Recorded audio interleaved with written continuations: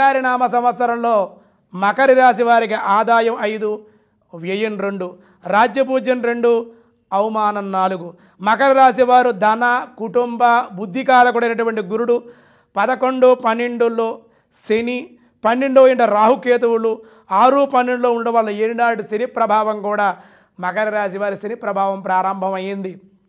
కాబట్టి దీనివల్ల కాళ్ళకు సంబంధించి శిరస్సుకు సంబంధించిన వ్యాధులు, కళ్ళకు సంబంధించిన వ్యాధులు, స్త్రీ పురుషాదులకు పరీక్షాకాలంగా ఉంటుంది. ఈ సంవత్సరం అంతా కూడా మకర రాశి వారికి అనారోగ్య సమస్యలు, లివరు, కిడ్నీ, ఊపిరితిత్తులు, గుండెకు సంబంధించిన వ్యాధులు వచ్చే అవకాశాలు ఉన్నాయి.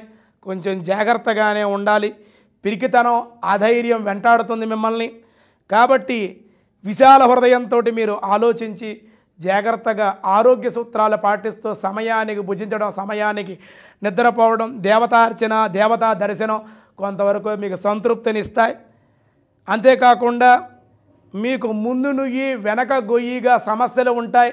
సమస్యలతో పాటు ఆరోగ్య సమస్యలు ఉంటాయి, ఆర్థిక సమస్యలు ఉంటాయి, బంధువులతో విభేదాలు, స్నేహితులతోటి విభేదాలు ఉంటాయి. అన్ని రకాలుగా కూడా కొంచెం మీ ప్రతిష్ట భంగం కలిగే అవకాశం ఉంటుంది.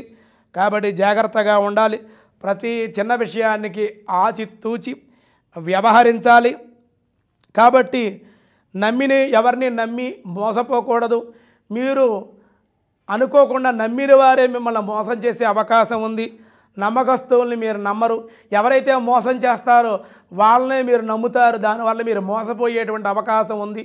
మీ దగ్గర ధర్మంగా ఉండి మీ దగ్గర ఏది ఆశించకుండా మీకు సేవ చేయాలనుకునేటువంటి వాళ్ళు మీరు నమ్మరు. ఎవరైతే మిమ్మల్ని మోసం చేస్తుంటారో, ఎవరైతే మీ దగ్గర మాటలు చెబుతూ ఉంటారో అటువంటి మాటలకు మీరు ప్రలోభపడి మోసగాళ్ళని మీరు నమ్మి వాళ్ళకి చేయడం వల్ల ధనం కూడా నష్టపోయే అవకాశం ఉంది. అనారోగ్య సమస్యలు, మరక స్థానంలో కొన్ని గ్రహాలు ఉండడం వల్ల అకాల మరణాలు కూడా పొందే అవకాశం ఉంటుంది. నిరంతరం కూడా మృత్యుంజయం జపం చేయించండి. అలాగే సుందరాకాండ పారాయణతో హోమం చేయించండి. నారసింహ మృత్యుంజయం, రుద్ర పాశుపత మృత్యుంజయ హోమం కానీ అలాగే శనికి జపం చేయించడం వల్ల ఈ యొక్క మకర రాశి వాళ్ళకి అనుకూలంగా ఉంటుంది. ఉద్యోగస్తులు మిశ్రమ ఫలితంగానే ఉంది.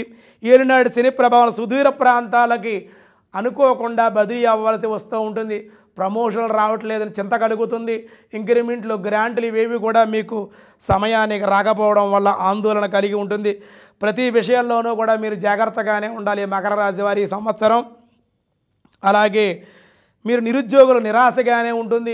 ఉద్యోగం రావడం లేదు, నేను ఎంత ప్రయత్నం చేస్తున్నాను అనుకుంటూ ఉంటారు.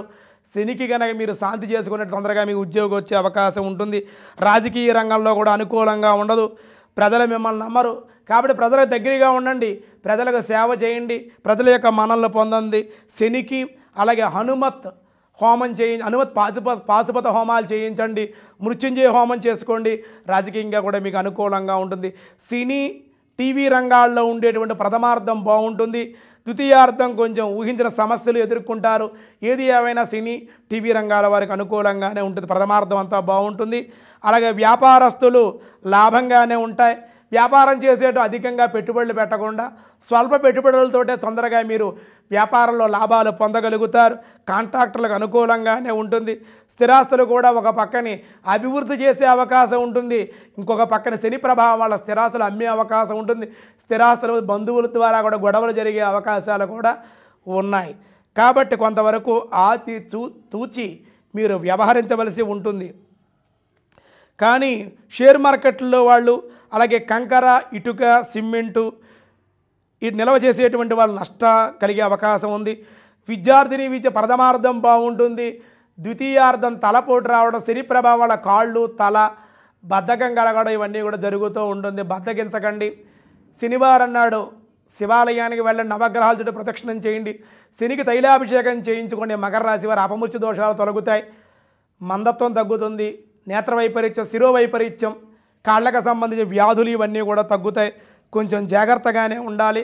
మారక స్థానాల్లో కొన్ని గ్రహాలు ఉన్నాయి కాబట్టి ఆయా గ్రహాలకి శాంతులు తప్పనిసరిగా మకర రాశి వారు ఆచరించి తీరాలి.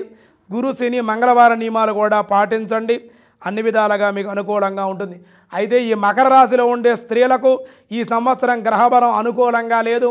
ఏనాటి శని ప్రభావం వల్ల మీరు చాలా వ్యతిరేకమైన ఫలితాలే కలుగుతాయి. మీరు ఒకటి చెబితే ఎదుటి వాళ్ళు ఇంకొకటి చెబుతూ ఉంటారు. మీ మాటకు కూడా విలువ ఉండదు. మీ మాటలు ఎవరు కూడా పాటించరు. విలువైన వస్తువులు కూడా మీరు పోగొట్టుకునేటువంటి అవకాశం కూడా ఉంది. తీర్థయాత్రలు చేయడం వల్ల, భగవంతుని స్మరించడం, ఆరాధించడం వల్ల కూడా మీకు మంచిది. మాతృ పితృ వంశ సూతకాలు కలిగే అవకాశం ఉంటుంది. కుటుంబంలో వ్యతిరేకంగానే ఉంటుంది. మీకు స్నేహితులు కానీ బంధువులు కానీ వ్యతిరేకంగానే మాట్లాడతారు. ఉద్యోగస్తులు కూడా వ్యతిరేకంగా ఉంటారు. పై అధికారులు కూడా మీకు వ్యతిరేకంగానే ఉంటారు. ఇదంతా శని ప్రభావం వల్లే జరుగుతోంది. శనికి శాంతి జరిపించుకోండి. కాబట్టి కుటుంబంలో వచ్చే సమస్యలన్నీ కూడా చాకచక్యంగా జాగ్రత్తగా మీరు చేసుకోవాలి. సంతానం వల్ల కూడా ఇబ్బందులు, అనారోగ్య సమస్యలు అన్నీ కూడా జరుగుతాయి. మీకు శస్త్రచికిత్స కూడా జరిగే అవకాశం కూడా ఉంది. మొత్తం మీద ఈ రాశి స్త్రీ పురుషాదులకు అన్ని అవాంతరాలుగానే ఉంది.